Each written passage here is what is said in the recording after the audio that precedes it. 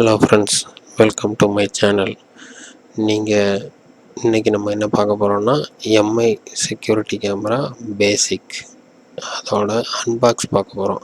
அதுக்கு முன்னாடி நம்ம சேனலுக்கு நீங்கள் புதுசாக இருந்திருந்தால் நம்ம கீழே இருக்கிற அந்த ரெட் கலர் பட்டனை சப்ஸ்கிரைப் பட்டனை கிளிக் பண்ணி சப்ஸ்கிரைப் பண்ணிக்கோங்க.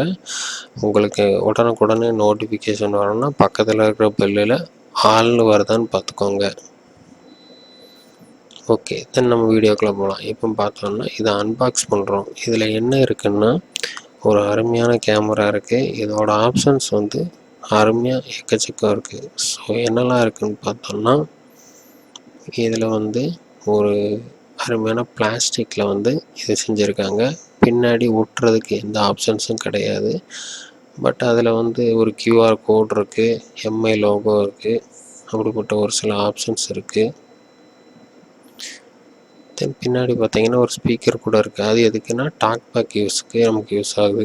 அதாவது எப்படின்னா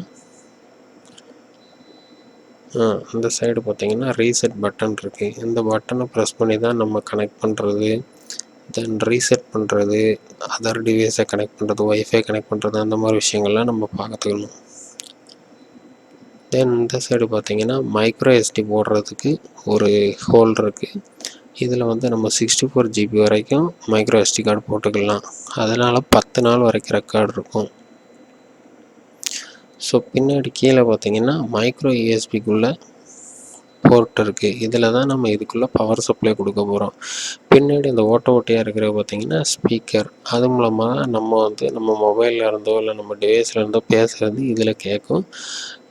செக்யூரிட்டி கேமரா முன்னாடி நிற்கிறவங்க முன்னாடி நம்ம பேசிக்கலாம். இப்போ நம்ம ஸ்டிக்கரை ரிமூவ் பண்ணலாம். ரிமூவ் பண்ணிவிட்டு கேமரா எப்படி இருக்குன்னு பாருங்கள். கேமரா அட்டகாசமாக ஒரு பளபளப்பான முறையில் இருக்குது. தென் நம்ம டேட்டா கேபிளை வச்சு பார்க்க போகிறோம்.